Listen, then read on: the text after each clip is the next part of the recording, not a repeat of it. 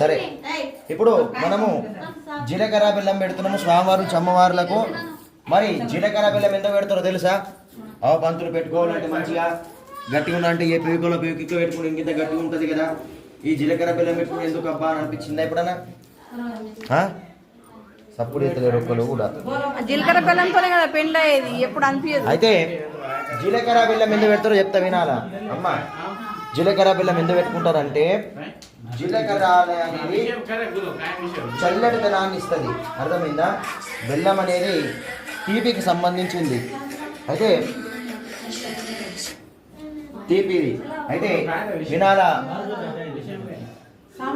జీలకర్ర బెల్లం ఎందుకు పెడతారు అంటే మనకు పైన ఇక్కడ బ్రహ్మరంధ్రం ఉంటుంది, అర్థమైందా? బ్రహ్మరంధ్రం జీలకర్ర బెల్లం పెడతారు. జీలకర్ర నుంచి బెల్లం తీస్తే వేరైతుందా?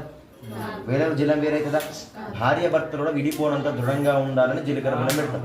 మరి పంతులు జీలకర్ర బెల్లం పెట్టుకొని నెత్తి మీద పెట్టుకుని పెడతాం కాబట్టి ఇప్పుడు స్వామివారి నుంచి అమ్మవారికి, అమ్మవారి నుంచి స్వామివారికి జీలకర్ర బెల్లం పెడతాం. మీరు ఏం చేయాలంటే ఇట్లా అమ్మవారికి చూపించి అయ్యగారికి జీలకర్ర బెల్లం గిడ పెట్టాలి.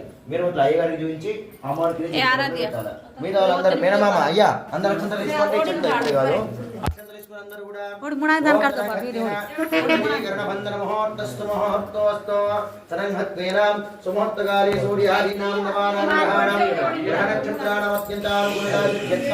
వేయమన్నప్పుడు అందరూ వేయాలి, సరేనా?